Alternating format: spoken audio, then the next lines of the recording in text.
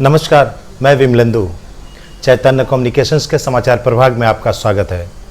आज हम शख्सियत अब तक में एक ऐसे शख्स से आपको मिलवा रहे हैं जिन्होंने पूरे बिहार को 32 वर्ष दिए प्रशासनिक सेवा कार्य के माध्यम से, और अब इनकी दिली इच्छा है समाज सेवा की।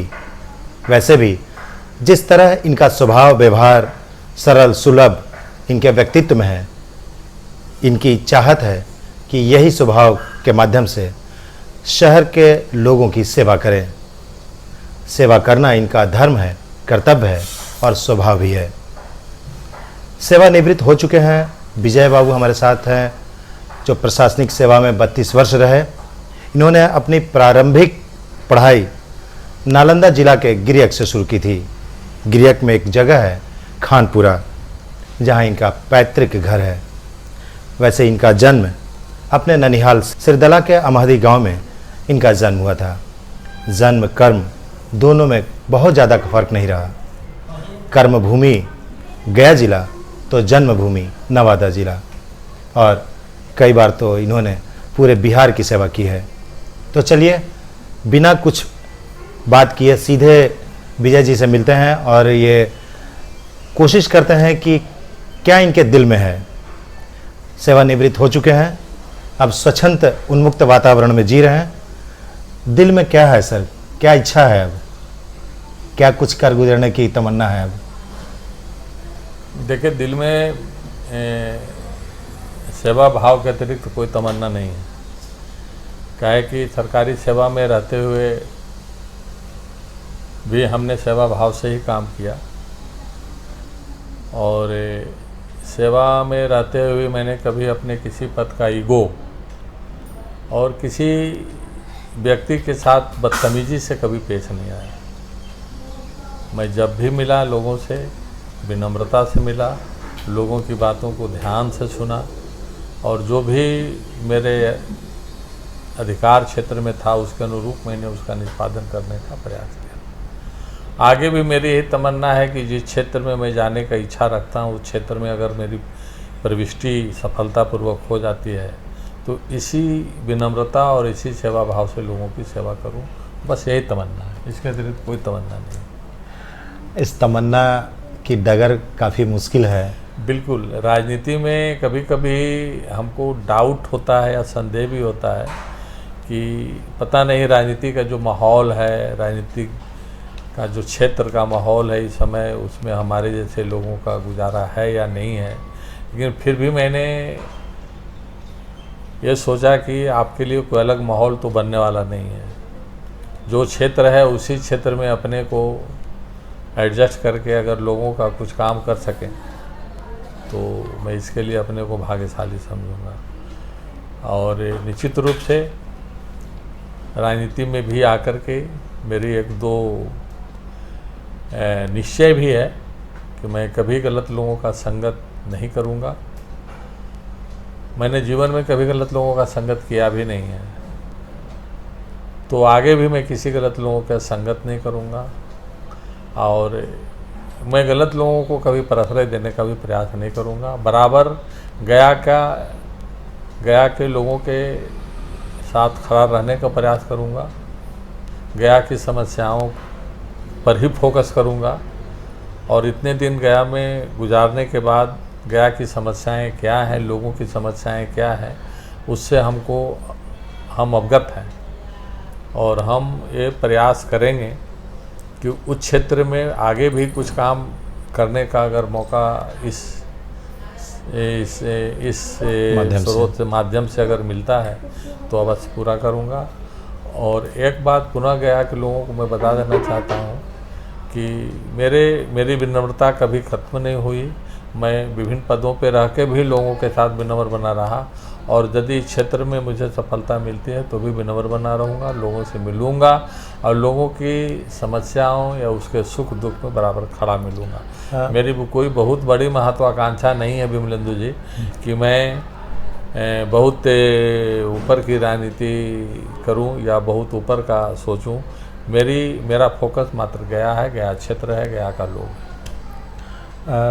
जैसा गया का भौगोलिक दशा है, दिशा है, यहाँ के लोग हैं, आपने अपने 32 वर्ष के सेवा कार्य में लगता है आधा से ज़्यादा समय गया को बिल्कुल दिया। 14 वर्ष मैंने गया को ब्लॉक से लेकर के नगर आयुक्त तक विभिन्न पदों पर रह के दिया है।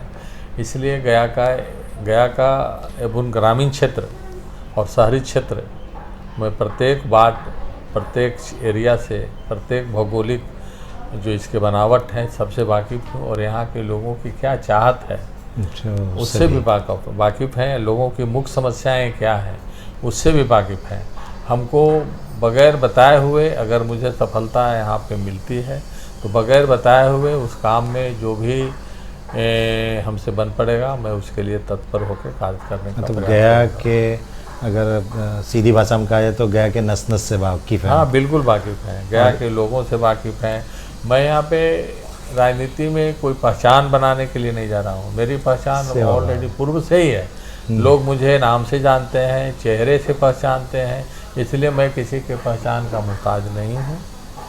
और राजनीति में जाकर के मेरी पहचान बहुत बढ़ जाएगी ऐसा भी मैं नहीं सोचता हूँ, क्योंकि जितनी पहचान मेरी बननी थी वो बन गई। इसलिए हमारी इच्छा मात्र पहचान की कोई तमन्ना नहीं है, कुछ कर गुजरने की तमन्ना है, कुछ करने की तमन्ना है लोगों के लिए। क्योंकि अभी लगता है कि हम कुछ अभी लोगों के लिए कर सकते हैं। अभी शरीर में अभी सक्षम है, फिजिकली ठीक है, मेंटली ठीक है, तो लोगों को कर सकते हैं। घर में बैठ के समय गुजारना सोसाइटी के लिए अच्छी बात नहीं है। लेकिन विजय जी, एक जो राजनीति का अखाड़ा है, राजनीति में जो दाव पेच है, आप सीधे सरल व्यक्तित्व के धनी व्यक्ति हैं।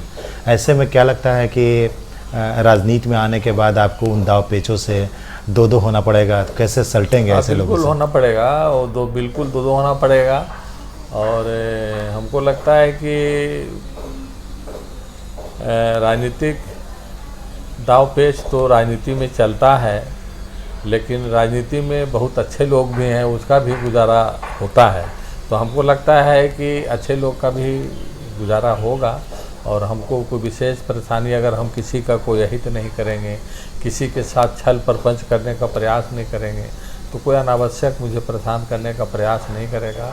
और बाकी तो सब ऊपर ईश्वर है। मैं धार्मिक विचार का व्यक्ति हूँ, ईश्वर में आस्था रखता हूँ।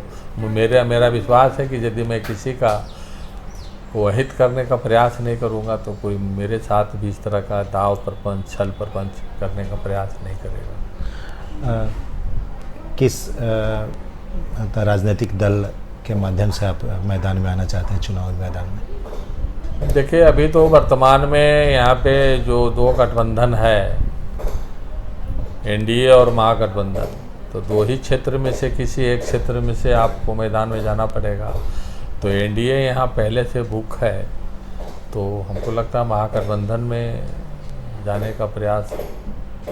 कहीं ऐसा तो नहीं कि एनडीए में भी आप जान ही रहे हैं और आप यूपीए में भी आप जाना चाहते हैं महागठबंधन में, तो लगता है कि साम्राज्य दोनों तरफ कायम होगा, ऐसा कुछ लगता है आपको?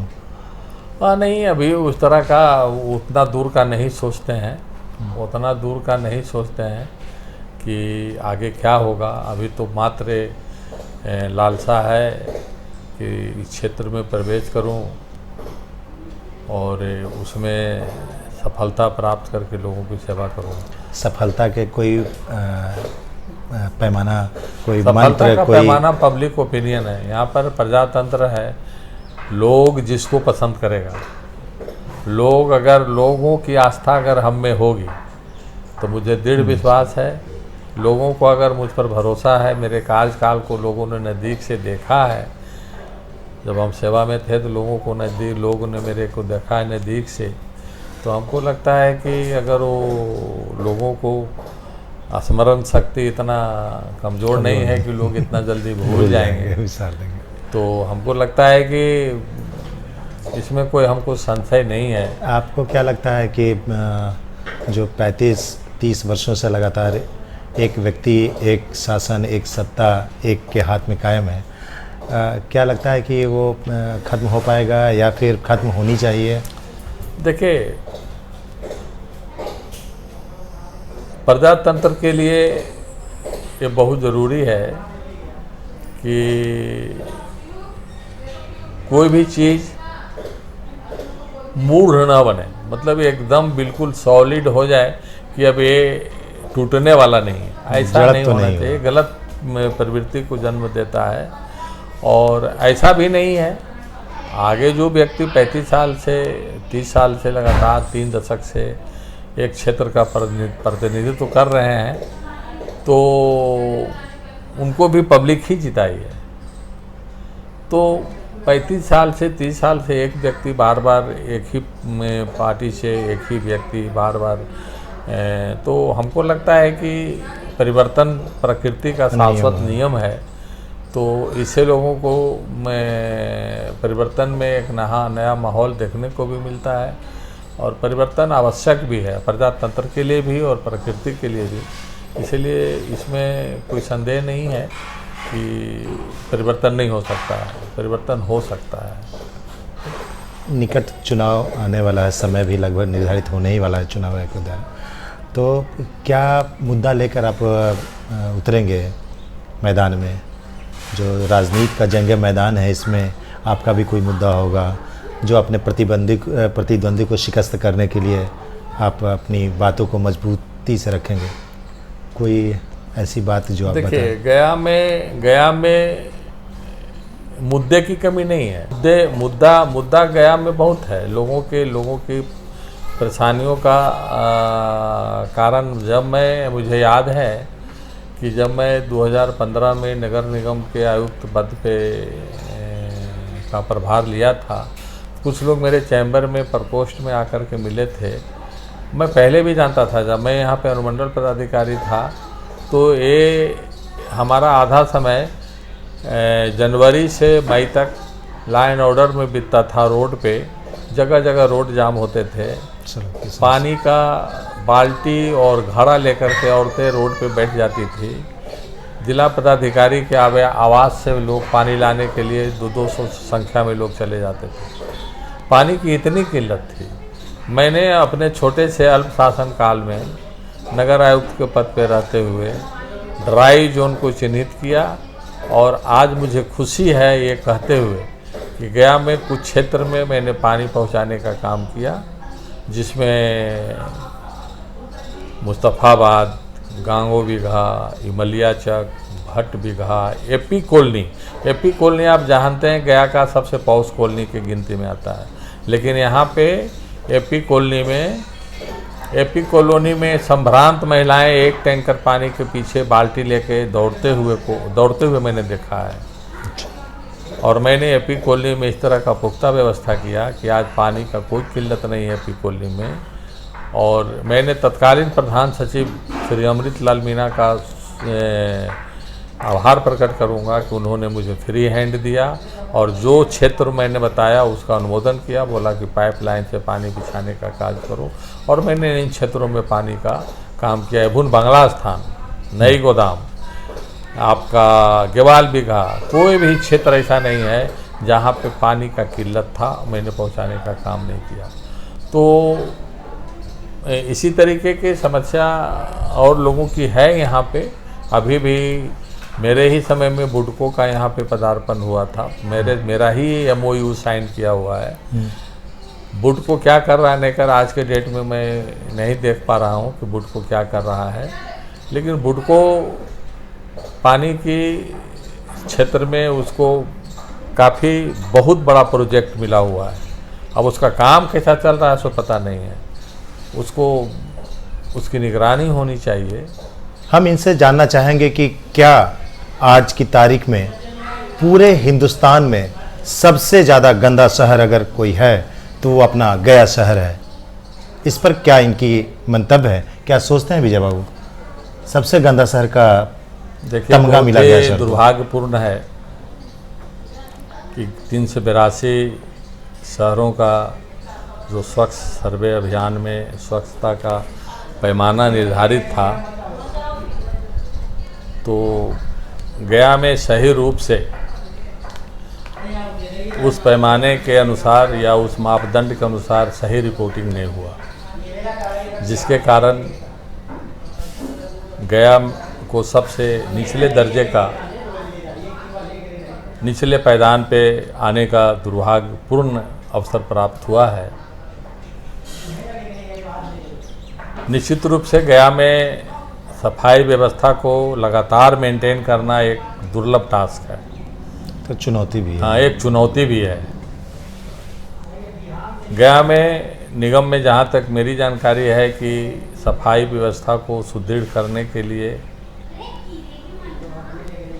सही लोगों का होना जरूरी। उपयोग करना चाहिए, जो इसमें पारंगत हैं या जो व्यक्ति जिनको अनुभव प्राप्त है। बट वो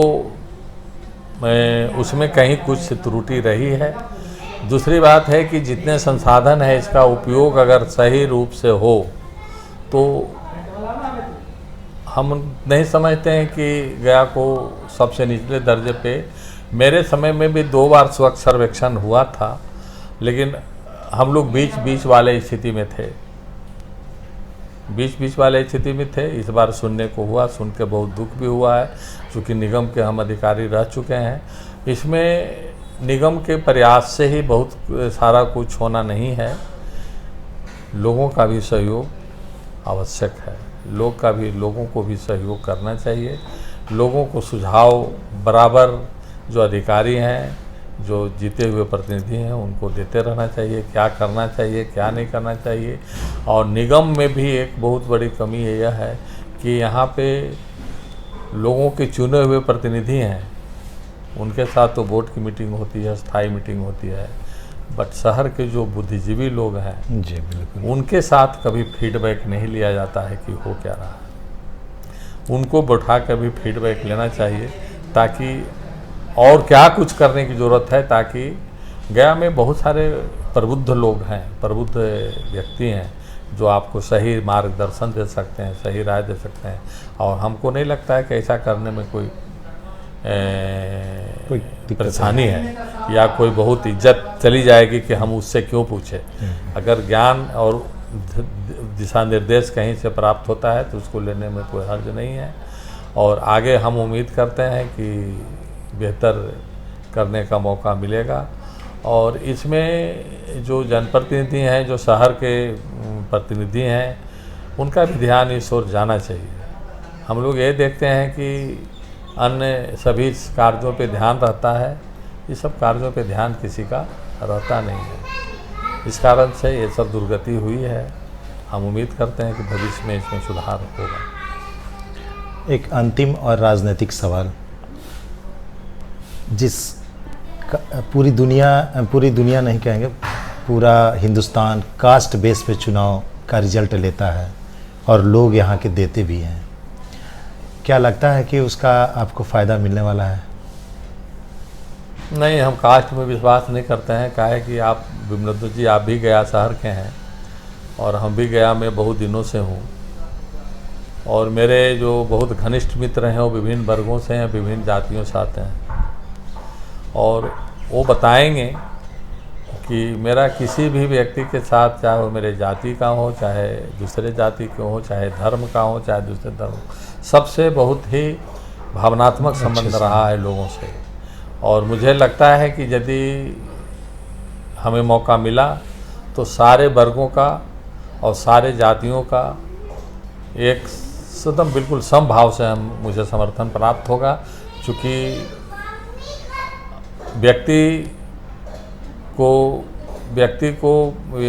एक व्यक्ति को दूसरे व्यक्ति को पहचानने में ज़्यादा समय नहीं लगता है, और हमको लगता है कि हम टेस्टेड आदमी हैं गया के लिए, और सारे लोगों से जुड़ाव है, चाहे वो किसी जाति किसी धर्म के हों, और मुझे विश्वास है मुझे सबका समर्थन प्राप्त हो। अभी हम बात कर रहे थे विजय कुमार से। विजय कुमार जिस प्रतिभा के धनी हैं, सीधा उनका मानना है कि जात धर्म वगैरह कोई काम नहीं आता है, सिर्फ और सिर्फ आदमी का व्यक्तित्व कार्य करता है। यही वजह है कि पूरे भारत में, या कहें कि पूरी दुनिया में, आदमी का काम बोलता है। शायद यही वजह है कि ये चाहते हैं कि इस बार राजनीति में आकर अपने उस छूटे हुए कार्य को पूरा करना जो इनके मन में प्रशासनिक सेवा में रहते हुए टिस रह गई। अब देखना ये होगा कि आने वाला वक्त चुनाव में क्या कुछ असर विजय कुमार डाल पाते हैं, या नए चेहरे की जो तलाश गया शहर कर रही है उसमें विजय बाबू कितना सक्षम हो पाते हैं, ये तो आने वाला वक्त बताएगा। लेकिन इतना तो तय है कि गया शहर पिछले न जाने कितने दशक से पानी की समस्या, गंदगी की समस्या और यातायात की समस्या से लगातार जूझ रहा है। अब तक विशेष कार्यक्रम में हम यही विराम लेते हैं। आपके पीछे रविचंद्रा के साथ मैं विमलेंदु चैतन्य विदा लेते हैं, और विजय बाबू को भी बहुत बहुत धन्यवाद। ये बेबाक आपने बातचीत की, बहुत बहुत शुक्रिया। गुरुचरणम डिजिटल क्लासेस आपके लिए लाया है Gurucharanam scholarship cum admission test for classes 9, 10, 11th and 12th. Scholarship up to 90%. Direct admission also available for Z-Mains and Advanced, NEET UG, NTSC and Olympiads. अपने बच्चों के बेहतर व सुरक्षित भविष्य के लिए संपर्क करें गुरुचरणम डिजिटल क्लासेस। पता है AP कॉलोनी, आशा सिंह मोड़, opposite to Ashirwad nursing home, Gaya. Contact number 9430034146। Shri Radha Krishna fly ash ईट उद्योग आपके शहर में पहली बार हाईटेक क्वालिटी से बना ईट, जो है सबसे बेहतर और सबसे मजबूत, अत्याधुनिक मशीनों से निर्मित अच्छी क्वालिटी और बेजोड़ मजबूती का वादा। श्री राधा कृष्ण फ्लाई ऐश ईट से दीजिए अपने आशियाने को एक फौलाद मजबूती। हमारा पता है गोपालपुर NH2 के निकट, शेरघाटी, गया। और अपने शहर की खबरों के साथ जुड़े रहने के लिए हमारे चैनल अब तक बिहार को सब्सक्राइब कर बेल आइकन जरूर दबाएं। अब तक बिहार, खबर वही जो अब तक दिखाए।